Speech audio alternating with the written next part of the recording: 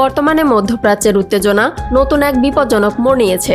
বিশ্বের অন্যতম গুরুত্বপূর্ণ জ্বালানি রুট হরমুজ প্রণালী ঘিরে তৈরি হয়েছে তীব্র সামরিক ও কূটনৈতিক সংকট। একদিকে ইরানের কঠোর অবস্থান, অন্যদিকে যুক্তরাষ্ট্রের সরাসরি হুমকি। সব মিলিয়ে পরিস্থিতি এখন বিস্ফোরণের অপেক্ষায়।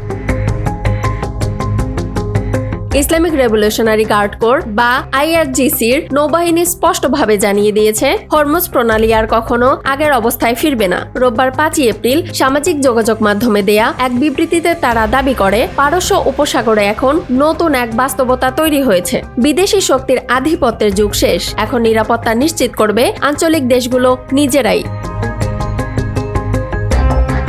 IRGC আরও জানায়, তারা ইতোমধ্যে একটি নতুন নিরাপত্তা কাঠামো বাস্তবায়নের শেষের পর্যায়ে রয়েছে। এই পরিকল্পনার অংশ হিসেবে নৌবাহিনীর তৎপরতা বাড়ানো হয়েছে, উন্নত নজরদারি প্রযুক্তি মোতায়েন করা হয়েছে, দ্রুত প্রতিক্রিয়া সক্ষমতা বা কুইক রিঅ্যাকশন ফোর্স চালু করা হয়েছে। তাদের দাবি, এই ব্যবস্থার মাধ্যমে হরমুজ প্রণালী দিয়ে জ্বালানি পরিবহন অব্যাহত রাখা সম্ভব হবে, তবে তার নিয়ন্ত্রণ থাকবে ইরানের হাতে।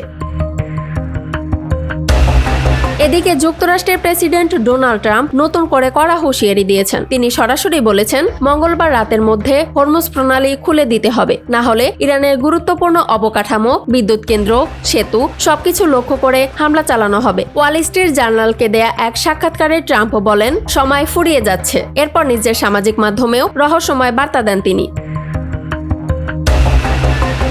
এর আগে ট্রাম্প ইরানকে একটি চুক্তিতে আসার জন্য 10 দিনের সময় দেন। পরে সেটি কমিয়ে 48 ঘন্টা করা হয়। তিনি স্পষ্টভাবে বলেন, চুক্তি না হলে ইরানের ওপর নরক নেমে আসবে।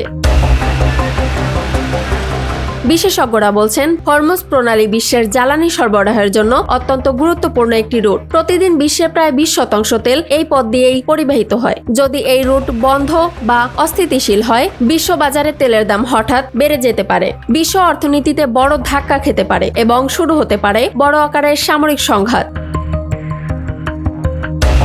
একদিকে ইরানের দৃঢ় অবস্থান, প্রণালী আর আগের মতো হবে না। অন্যদিকে যুক্তরাষ্ট্রের চূড়ান্ত আলটিমেটাম। সব মিলিয়ে হরমুজ প্রণালী এখন শুধু একটি জলপথ নয়, এটি হয়ে উঠেছে সম্ভাব্য বৈশ্বিক সংঘাতের কেন্দ্রবিন্দু। এখন বিশ্ব তাকিয়ে আছে মঙ্গলবার রাতের দিকে।